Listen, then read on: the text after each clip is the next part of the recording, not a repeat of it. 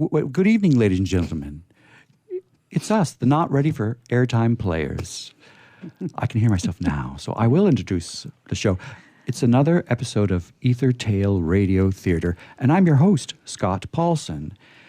The room is filled with wonderful actors today. I'll just go in order of how I see it around the round table. Kiera Sullivan is here. Say hello, Kiera, into the microphone. That's your microphone check. Hello. Martha Jane Weaver is here. Say hello into the microphone. Well, hello. Thank you so much. Joe Sprafka is here. Howdy. And Gabriel Pan. Bonjour. And Barbara Henderson. Good evening, Scott. And Peter Flynn is here to provide emotional support. And he brought one of his young sons who's written a story that I think we'll have time to read tonight, which I'm very excited about. You know who else is here? Wade Taylor. Are you there, Wade? Howdy do. He's got a role in the show tonight. How about that? And he'll do his part from the control room. So hopefully he'll chime in at the end when he needs to. We'll find out, won't we?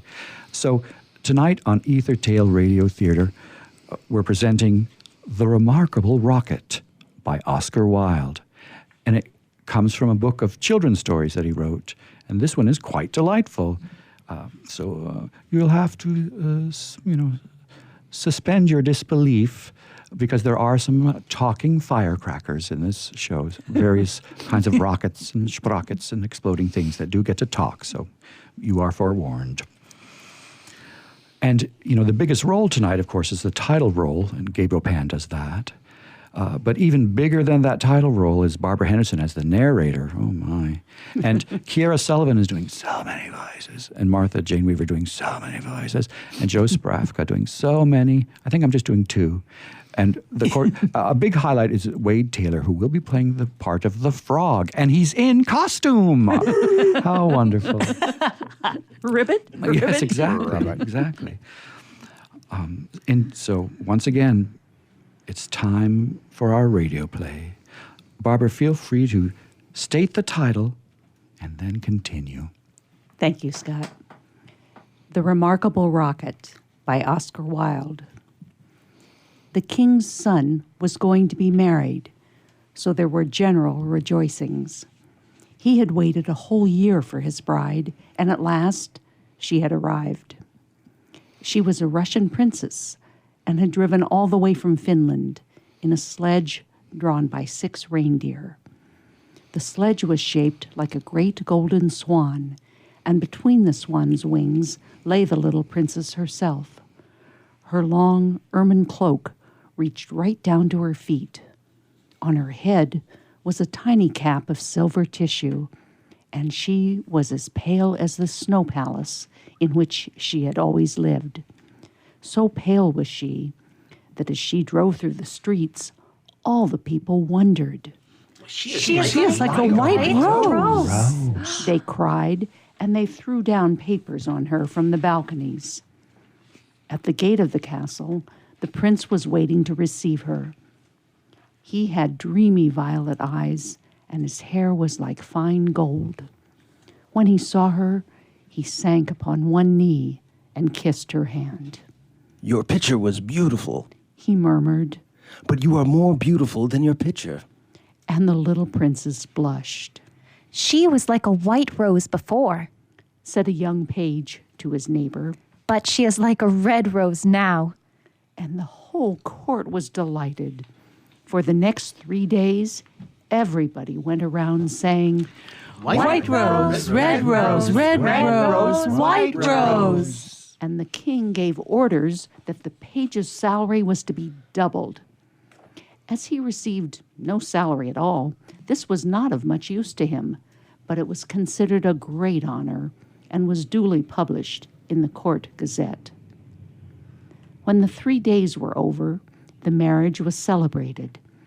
It was a magnificent ceremony, and the bride and the bridegroom walked hand in hand under a canopy of purple velvet embroidered with little pearls. Then there was a state banquet, which lasted for 5 hours.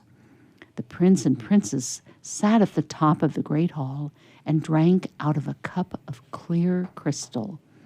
Only true lovers could drink out of this cup, for if false lips touched it, it grew gray and dull and cloudy. It's quite clear that they love each other. Said the little page. As clear as crystal. And the king doubled his salary a second time.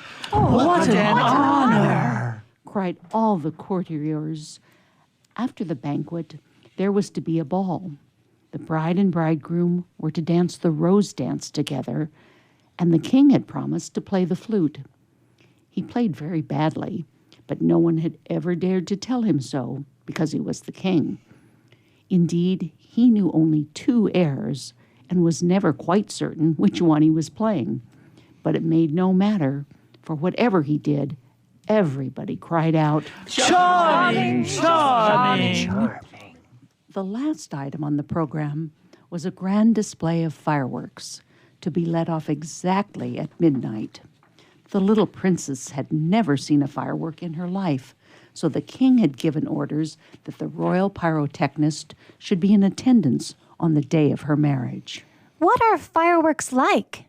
She had asked the prince one morning as she was walking on the terrace. Well, they are like the aurora borealis. Said the king, who always answered questions that were addressed to other people. Only much more natural. I prefer them to stars myself, as you always know when they are going to appear, and they are as delightful as my own flute playing. You must certainly see them. So, at the end of the king's garden, a great stand had been set up, and as soon as the royal pyrotechnist had put everything in its proper place, the fireworks began to talk to each other. The world is certainly very beautiful, cried a little squib. Just look at those yellow tulips. Why, if they were real crackers, they couldn't be lovelier. I am very glad I have traveled. Travel improves the mind wonderfully and does away with all one's prejudices. The king's garden is not a world, you foolish squib. Said a big Roman candle. The world is an enormous place, and it would take you 3 days to see it thoroughly. Any place you love is the world to you, exclaimed a pensive Catherine Wheel, who had been attached to an old deal box in early life and prided herself on her broken heart. but love is not fashionable anymore. The poets have killed it. They wrote so much about it that nobody believed them, and I am not surprised. True love suffers and is silent. I remember myself once, but it is no matter now. Romance is a thing of the past. Nonsense, said the Roman candle. Romance never dies. It is like the moon. It lives forever. And the bride and the bridegroom, for instance, they love each other very dearly. I heard all about them this morning from a brown paper cartridge who happened to be staying in the same drawer as myself and knew the latest court news. But the Catherine Wheel shook her head. Romance is dead. Romance is dead. She murmured. Romance is dead. She murmured. She was one of those people who think that if you say the same thing over and over a great many times, it becomes true in the end. Suddenly, a sharp, dry cough was heard, and they all looked round. It came from a tall, supercilious-looking rocket who was tied to the end of a long stick. He always coughed before he made any observation, so as to attract attention. He said, and everybody listened except the poor Catherine Wheel, who was still shaking her head and murmuring, Romance is dead. Order! Order! Cried out a cracker. He was something of a politician and had always taken a prominent part in the local elections, so he knew the proper parliamentary expressions to use. Quite dead, whispered the Catherine Wheel, and she went off to sleep. As soon as there was perfect silence, the rocket coughed a third time and began. He spoke with a very slow, distinct voice, as if he was dictating his memoirs, and always looked over the shoulder of the person to whom he was talking. In fact, he had a most distinguished manner. How fortunate it is for the king's son he remarked. that he is to be married on the very day on which I am to be let off. Really, if it had been arranged beforehand, it could not have turned out better for him. But princes are always lucky. Dear me, Said the little squib. I thought it was quite the other way, and that we were to be let off in the prince's honor. Ha! It may be so with you. He answered. Indeed, I have no doubt that it is. But with me, it is different. I am a very remarkable rocket, and come of remarkable parents. My mother was the most celebrated Catherine Wheel of her day, and was renowned for her graceful dancing. When she made her great public appearance, she spun around 19 times before she went out, and each time that she did so, she threw into the air 7 pink stars. She was 3 feet and a half in diameter, and made of the very best gunpowder. My father was a rocket like myself, and of French extraction. He flew so high that the people were afraid that he would never come down again. He did, though, for he was a most kindly disposition, and he made a most brilliant descent in a shower of golden rain. The newspapers wrote about his performance in very flattering terms. Indeed, the Court Gazette called him a triumph of pyrotechnic art. Pyrotechnic. Pyrotechnic, you mean? Said a Bengal light. I know it is pyrotechnic, for I saw it written on my own canister. Well, I said pyrotechnic.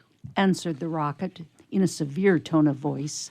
And the Bengal light felt so crushed that he began at once to bully the little squibs in order to show that he was still a person of some importance. I was saying... Continued the rocket. What was I saying? You were talking about yourself. Replied the Roman candle. Oh, of course. I knew I was discussing some interesting subject when I was so rudely interrupted. I hate rudeness and bad manners of every kind, for I am extremely sensitive. No one in the world is so sensitive as I am. I am quite sure of that. What is a sensitive person? Said the cracker to the Roman candle. A person who, he has corns himself. He always treads on other people's toes. Answered the Roman candle in a low whisper, and the cracker nearly exploded with laughter. Pray, what are you laughing at? Inquired the rocket. I'm not laughing. I am laughing because I am happy. Replied the cracker. Well, that is a very selfish reason. Said the rocket angrily. What right have you to be happy? You should be thinking about others. In fact, you should be thinking about me. I am always thinking about myself, and I expect everybody else to do the same. That is what is called sympathy. It is a beautiful virtue, and I possess it in a high degree. Suppose, for instance, anything happened to me tonight. What a misfortune that would be for everyone. The prince and princess would never be happy again. Their whole married life would be spoiled. And as for the king, I know he would not get over it. Really, when I begin to reflect on the importance of my position, I am almost moved to tears. If you want to give pleasure to others, Cried the Roman candle. you had better keep yourself dry. Certainly. Exclaimed the Bengal light, who was now in better spirits. That is only common sense. Common sense indeed. Said the rocket indignantly. You forget that I am very uncommon and very remarkable. Why, anybody can have common sense, provided that they have no imagination. But I have imagination, for I never think of things as they really are. I always think of them as being quite different. As for keeping myself dry, there is evidently no one here who can at all appreciate an emotional nature. Fortunately for myself, I don't care. The only thing that sustains one through life is the consciousness of the immense inferiority of everyone else. And this is a feeling that I have always cultivated. But none of you have any hearts. Here you are laughing and making merry, just as if the prince and princess had not just been married. Well, really. Exclaimed a small fire balloon. Why not? It is a most joyful occasion, and when I soar up into the air, I intend to tell the stars all about it. You will see them twinkle when I talk to them about the pretty bride. Ah, what a trivial view of life. Said the rocket. But it is only what I expected. There is nothing in you. You are hollow and empty. Why, perhaps the prince and princess may go to live in a country where there's a deep river, and perhaps they may have only one son. a little fair-haired boy with violet eyes like the prince himself. And perhaps someday he may go out to walk with his nurse. And perhaps the nurse may go to sleep under a great elder tree.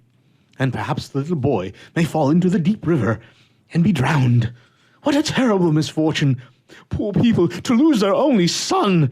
It is really too dreadful. I shall never get over it. But they have not lost their only son. said the Roman candle, No misfortune has happened to them at all. I never said that they had. replied the rocket. I said that they might. If they had lost their only son, there would be no use in saying anything more about the matter. I hate people who cry over spilt milk. But when I think I think that they might lose their only son, I'm very much affected. You certainly are. cried the Bengal light. In fact, you are the most affected person I ever met. You are the rudest person I have ever met. said the rocket. And you cannot understand my friendship for the prince. Why, you don't even know him. growled the Roman candle, I never said I knew him. answered the rocket. I dare say that if I knew him, I should not be his friend at all.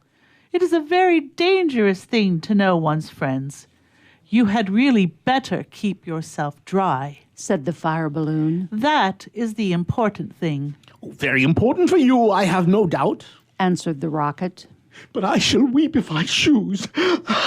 and actually burst into real tears, which flowed down his stick like raindrops, and nearly drowned two little beetles, who were just thinking of setting up house together and were looking for a nice, dry spot to live in, He must have a truly romantic nature, said the Catherine wheel. for he weeps when there is nothing at all to weep about. And she heaved a deep sigh and thought about the deal box. But the Roman candle and the Bengal light were quite indignant and kept saying, Humbug! Humbug! at the top of their voices. They were extremely practical, and whenever they objected to anything, they called it humbug. Then the moon rose like a wonderful silver shield, and the stars began to shine, and a sound of music came from the palace. The prince and princess were leading the dance. They danced so beautifully that the tall white lilies peeped in at the window and watched them, and the great red poppies nodded their heads and beat time. Then 10 o'clock struck, and then 11, and then 12, and at the last stroke of midnight, everyone came out on the terrace, and the king sent for the royal pyrotechnist. Let the fireworks begin. said the king, and the royal pyrotechnist made a low bow and marched down to the end of the garden. He had 6 attendants with him, each of whom carried a lighted torch at the end of a long pole. It was certainly a magnificent display. Whoosh! Whoosh! Went the Catherine wheel as she spun round and round. Boom! Boom! Went the Roman candle. Then the squibs danced all over the place, and the Bengal lights made everything look scarlet, Goodbye. cried the fire balloon as he soared away, dropping tiny blue sparks. Bang! Bang, bang, bang, bang. Answered the crackers, who were enjoying themselves immensely. Everyone was a great success, except the remarkable rocket. He was so damp with crying that he could not go off at all. The best thing in him was the gunpowder, and that was so wet with tears that it was of no use. All his poor relations, to whom he would never speak except with a sneer, shot up into the sky like wonderful golden flowers with blossoms of fire. Huzzah! Huzzah! Cried the court, and the little princess laughed with pleasure. I suppose they are reserving me for some grand occasion. Said the rocket, No doubt this is what it means. and he looked more supercilious than ever. The next day, the workmen came to put everything tidy. This is evidently a deputation. Said the rocket. I will receive them with becoming dignity. So He put his nose in the air and began to frown severely, as if he were thinking about some very important subject. But they took no notice of him at all, till they were just going away. Then one of them caught sight of him. Hello! He cried, What a bad rocket! and he threw him over the wall into the ditch. Bad rocket? Bad rocket? He said as he whirled through the air. Impossible! Grand rocket. That's what the man said. Bad and grand sound very much the same. Indeed, they're often very the same. And he fell into the mud. It is not comfortable here, He remarked. but no doubt it is some fashionable watering place, and they have sent me away to recruit my health. My nerves are certainly quite much shattered, and I require rest. Then a little frog, with bright jeweled eyes and a green mottled coat, swam up to him. A new arrival, I see.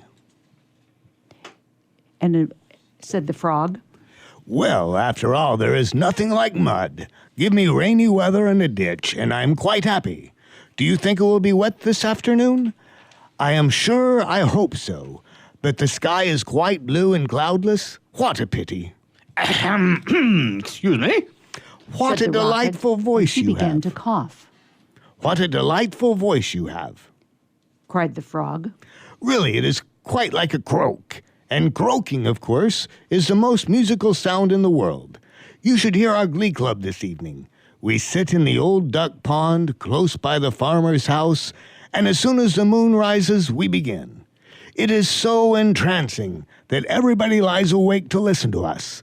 In fact, it was only yesterday that I heard the farmer's wife say to her mother that she could not get a wink of sleep at night on account of us. It is most gratifying to find oneself so popular. Ahem. I dare say. Ahem. Said the rocket angrily. He was very much annoyed that he could not get a word in. A delightful voice, certainly. Continued the frog. I hope you will come over to the duck pond. I am off to look for my daughters. I have 6 beautiful daughters, and I am so afraid the pike may meet them. He is a perfect monster, and would have no hesitation in breakfasting off them. Well, goodbye. I have enjoyed our conversation very much, I assure you. Conversation indeed. Said the rocket. You have talked the whole time yourself. That is not conversation. Somebody must listen. And I like to do Answered the frog. and I like to do all the talking myself. It saves time and prevents arguments. But I like arguments. Said the rocket. I hope not. Said the frog complacently. Arguments are extremely vulgar, for everybody in good society holds exactly the same opinions. Goodbye a second time. I see my daughters in the distance. And the little frog swam away. You are a very irritating person, Said the rocket. and very ill-bred. I hate people who talk about themselves as you do, when one wants to talk about oneself as I do. It is what I call selfishness. And selfishness is a most detestable thing, especially to any one of my temperament, for I am very well known for my sympathetic nature. In fact, you should take example by me. You could not possibly have a better model. Now that you have the chance, you had better avail yourself of it, for I am going back to court almost immediately. I am a great favorite of the court. In fact, the prince and princess were married yesterday in my honor. Of course, you know nothing about these matters, for you are a provincial. There is no good talking to him. Said a dragonfly who was sitting on the top of a large brown bulrush. No good at all, for he has gone away. Well, that is his loss, not mine. Answered the rocket. I am not going to stop talking to him merely because he pays no attention. I like hearing myself talk. It is one of my greatest pleasures. I often have long conversations all by myself, and I am so clever that sometimes I don't understand a single word of what I'm saying. Then you should certainly lecture on philosophy. Said the dragonfly. And he spread a pair of lovely gauze wings and soared away into the sky. Why, how very silly of him not to stay here. Said the rocket. I am sure that he has not often got such a chance of improving his mind. However, I don't care a bit. Genius like mine is sure to be appreciated someday. And he sank down a little deeper into the mud. After some time, a large white duck swam up to him. She had yellow legs and webbed feet, and was considered a great beauty on account of her waddle. Quack, quack, quack, She said, what a curious shape you are. May I ask, were you born like that? Or is it the result of an accident? It is quite evident that you have always lived in the country. answered the rocket. Otherwise, you would know who I am. However, I excuse your ignorance. It would be unfair to expect other people to be as remarkable as oneself. You will no doubt be surprised to hear that I can fly up into the sky and come down in a shower of golden rain. I don't think much of that, said the duck. as I cannot see what use it is to anyone. Now, if you could plow the fields like an ox, or draw a cart like the horse, or look after the sheep like the collie dog, that would be something. My good creature, cried the rocket in a very haughty tone of voice. I see that you belong to the lower orders. A person of my position is never useful. We have certain accomplishments, and that is more than sufficient. I have no sympathy myself with industry of any kind, least of all with such industries as you seem to recommend. Indeed, I have always been of opinion that hard work is simply the refuge of people who have nothing whatever to do. Well, well, said the duck, who was of a very peaceable disposition and never quarreled. everybody has different tastes. I hope, at any rate, that you are going to take up your residence here. What? Oh dear no. cried the rocket. I am merely a visitor, a distinguished visitor. The fact is that I find this place rather tedious. There is neither society here nor solitude. In fact, it is essentially suburban. I shall probably go back to court, for I know that I am destined to make a sensation in the world. I had thoughts of entering public life once myself. Remarked the duck. There are so many things that need reforming. Indeed, I took the chair at a meeting some time ago, and we passed resolutions condemning everything that we did not like. However, they did not seem to have much effect. Now I go in for domesticity and look after my family. Ha! I am made for public life. Said the rocket. And so are all of my relations, even the humblest of them. Whenever we appear, we excite great attention. I have not actually appeared myself, but when I do so, it will be a magnificent sight. As for domesticity, it ages one rapidly and distracts one's mind from higher things. Ah, the higher things of life, how fine they are. Said the duck. And that reminds me how hungry I feel. And she swam away down the stream, saying, Whack, whack, whack. Come back! Come back! Screamed the rocket. I have a great deal to say to you. But the duck paid no attention to him. I'm glad that she's gone. He said to himself, She has a decidedly middle-class mind. and he sank a little deeper still into the mud and began to think about the loneliness of genius, when suddenly 2 little boys in white smocks came running down the bank with a kettle and some faggots. Ah, this must be the deputation. Said the rocket, and he tried to look very dignified. Hello. Cried one of the boys, Look at this old stick. I wonder how it came here. and he picked the rocket out of the ditch. Old stick? Said the rocket. Impossible. Gold stick. That is what he said. Gold stick. It's very complimentary. In fact, he mistakes me for one of the court dignitaries. Ooh, let us put it into the fire. Said the other boy. Because, it will help to boil the kettle. So they piled the faggots together and put the rocket on top and lit the fire. Oh, this is magnificent. Cried the rocket. They are going to let me off at broad daylight so that everyone can see me. Okay, we'll go to sleep now. They said. Oh, yeah. And when we wake up, the kettle will be boiled.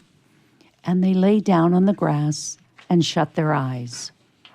The rocket was very damp, so he took a long time to burn. At last, however, the fire caught him. Now I'm going to go off. He cried, and he made himself very stiff and straight. I know I shall go much higher than the stars, much higher than the moon, much higher than the sun. In fact, I shall go so high that fizz, fizz, fizz. And he went straight up into the air. Delightful, He cried, I shall go on like this forever. What a success I am. but nobody saw him. Then he began to feel a curious, tingling sensation all over him. Now I'm going to explode. He cried, I shall set the whole world on fire and make such a noise that nobody will talk about anything else for a whole year. and he certainly did explode. Bang, bang, bang went the gunpowder. There was no doubt about it. But nobody heard him, not even the two little boys, for they were sound asleep. Then all that was left of him was the stick, and this fell down on the back of a goose who was taking a walk by the side of the ditch. Good heavens. Cried the goose, It is going to rain sticks. and she rushed into the water. I knew I should create a great sensation. Gasped the rocket, and he went out.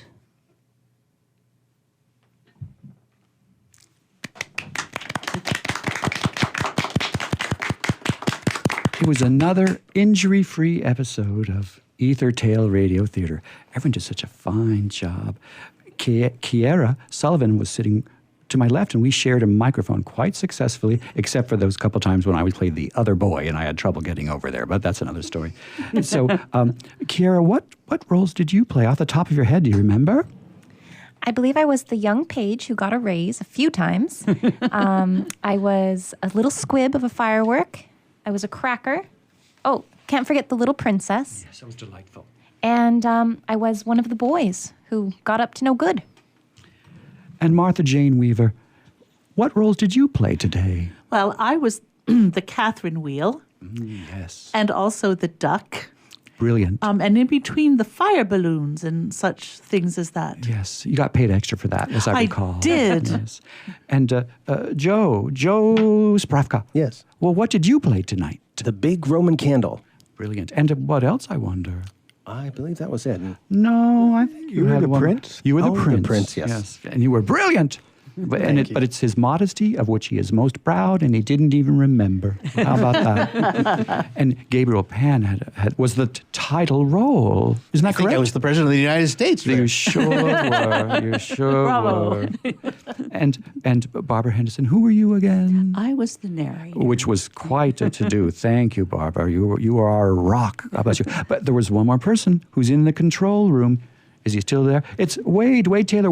Who were you, Wade Taylor? I was the frog, which is also Peter's emotional support animal. How about that? And his spirit guide and all kinds of other things. Do you have to wear a special vest when you go on the plane? Well, maybe he does, maybe he doesn't. Well, that was great fun, and we fit it in all on time. We'll do this play again later in the season, but add some music and some sparse sounds, because I think it was the onomatopoeia was perfect. So maybe just some music, just a little bit of music. Because like you had a great exit as the dragonfly, that would have been nice. And there was the dance, the beginning of the dance after the wedding, that would have been nice. Yeah. And Barbara had a few more suggestions for me too. So we'll do it again later in the season with just a little bit of music, and then we'll all be back for that. So this is a new year, and these days we'll be doing these Ether Tale Radio Theater broadcasts on the first and third Thursdays of the month, which will be a lot easier for us to remember, because sometimes it's hard to figure out second and fourth. Because you can always figure out which one's the first Thursday of the month. That's right. But it's harder. It's harder for the others. Trust me, everybody. Think about it. You have to add. and Look at your things calendar, like because that, sometimes there can be 4 or 5 Thursdays in a month. Can there not, ladies and gentlemen? I believe. Yes, at times, and so that's when it gets. What that's happens when- if there's a fifth and we just don't? First and third, baby. And I don't think there can be. I don't think that's physically possible. It's just we've declared a holiday. Thank you. Wade Taylor, he figured that out for us. Thank you, Wade. Scott, if I can just interject, this was a delightful story, Oscar Wilde, and written in 1888, and it's hard to believe that back then there were pompous and egotistical people. I thought that was just a modern effect. Oh, well, now we know, and there you go. So next time we meet, because it is in the bleak midwinter for us here in San Diego, there are some wonderful snowman, snowwoman stories from Hans Christian Andersen and other authors that we'll read. I think we'll have time for 3 snowman, snowgirl stories, and I think we'll be able to divide it up. So I look forward to that. And we'll see who's available. Oh, my. I hope everyone in here will be. Now, there is also a story that I have time to read, but I have to look under my pile of papers for it. While I do that, will somebody... Barbara Henderson, will you say something while I crawl around on the floor? Well, do you want me to describe the crawling in some detail? No. Do you have a relative you can say hello to? Oh, I think my grandniece Amelia might be listening to us tonight. She's 2.5. Hi, Amelia. Oh, I bet they paid her extra allowance money just to listen, huh? I think so. Yes, this is Aunt Barbara. Do you recognize my voice, sweetie? That's right. Hi, I'll see you soon. What time zone is she in? She's just up in Carlsbad. Oh, so. okay. All right. Well, what can I say? So, yes, indeed, I while I was crawling around, my barber was helping me kill time, I did find Liam Flynn's story that he wrote. It is a Christmas time story, but that's okay. We can travel back in time for this one. And it's probably continuation, Liam, of your Sweatpants Universe situation. So here we go. Oh, good. I'm glad you're seated near a microphone, because my favorite part is when you laugh at your own story. It was Christmas time on Planet Sweatpants in Sweatpants Universe. I know it's a little late, or really early for Christmas, but here we go anyway. And last episode, Patrick worked on his presentations, and the Dohai cleaning guy took a 2-week vacation. A few days later, Patrick did all his Christmas shopping at mostly Sweatpants Co. He got over 1 million presents for all his friends and family, which was no more than a few $100 because everything was deeply discounted and on sale, but you still got the whole thing instead of just partial. Once Patrick got home from his shopping, he started work on wrapping the presents and finished them all in a few hours because he is fast. And the best part is they did not look half rear end, if you know what I mean. Afterwards, he went to his local Taco Sweatpants for something to eat. Patrick got his usual 24 items, and he was done. The Center for Disease Control declared his pants a level 5 biohazard, and the health department officially declared the Taco Sweatpants property and Patrick a level 5 biohazard as well. On Christmas Eve, Raymond arrived at Patrick's house because he was going to stay for a few days and wanted to make sure there wasn't anything disgusting lying around where it doesn't belong. He ended up finding some moldy food behind some boxes. Food in the lighting fixtures, in the furniture, behind the TV, and in the usual places. He then made Patrick help clean it up. On Christmas, Patrick had all his friends and his entire family over to his place to open presents. This time around, he was prepared for the mess and rented several 40-yard dumpsters and self-contained compactors for the mess there was going to be.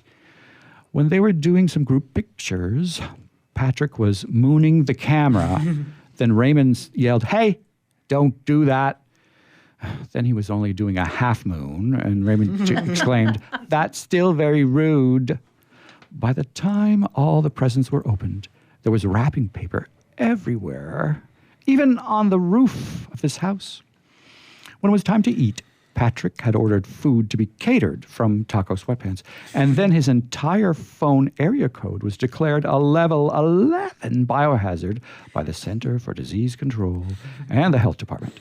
Then Patrick saw Raymond talking to another one of his friends and got the idea of going over to him and pantsing him.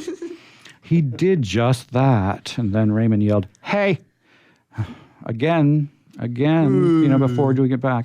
Well, anyway, the next day, Patrick and Raymond got to work on cleaning up all the mess. They jam-packed all Patrick's company-issued trash and recycling bins full completely, and his neighbor's bins, since they were out of town, before filling all the 40-yard containers and compactors. A few days later, Raymond was still visiting, and it was trash day. The recycling showed up very early in the morning and made it snow all over Patrick's front yard. The driver got out, laughed at the mess, took a picture of it, laughed some more, and cleaned it up. Don't worry, as Patrick and Raymond helped clean it up. A few hours after, the yard waste truck came and picked up the 6 Christmas trees Patrick had. Later, the trash showed up and had to slam the full cans at the top many times to get everything out and not make a mess. The end. Thank you, Liam. Thank you for that lovely story. Oh, and this was a wonderful evening, and I thank you all for being here. Maybe it's time to suggest that Wade start playing some public domain music so that we can all go home now. Thank you and good night, everybody. Good night. Let's everyone say good night. Kiera, here's a mic. Good night. Kiera. I'm saying Kiera sometimes, but it's... What? Oh, because it's German.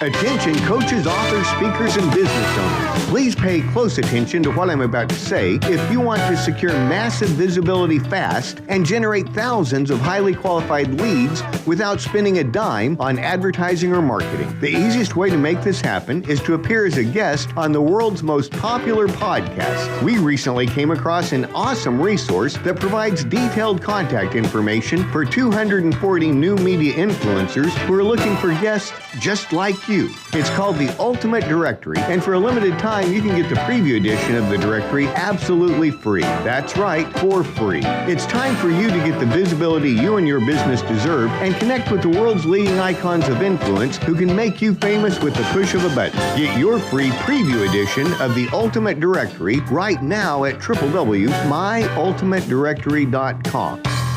That's myultimatedirectory.com. You were born to do one amazing thing, but most people spend a lifetime trying to identify what it is.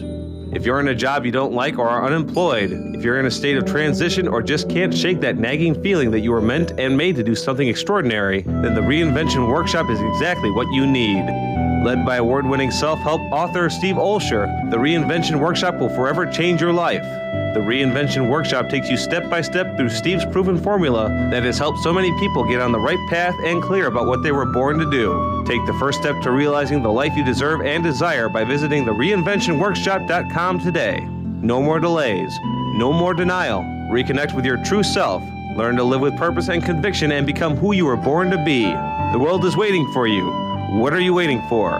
Log on to thereinventionworkshop.com today. That's thereinventionworkshop.com. Too much to do? Not enough time to get it done? Call on the experts at Another 8 Hours for your business support needs. By partnering with Another 8 Hours, we allow you to focus on the more important matters, like being in front of your clients, doing what you do best, rather than being stuck at a desk poring over paperwork, rummaging through emails, returning phone calls, and struggling to get everything done by yourself. Meanwhile, your family and social life are going down the drain. Go to another8hours.com or call 8 More Hours. That's 866-734-6877.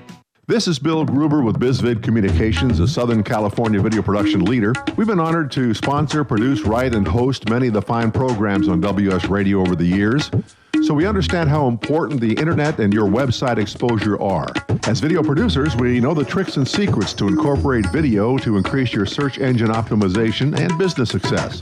Visit bizvidcommunications.com to see what we can do for you. BIZVID communications.com.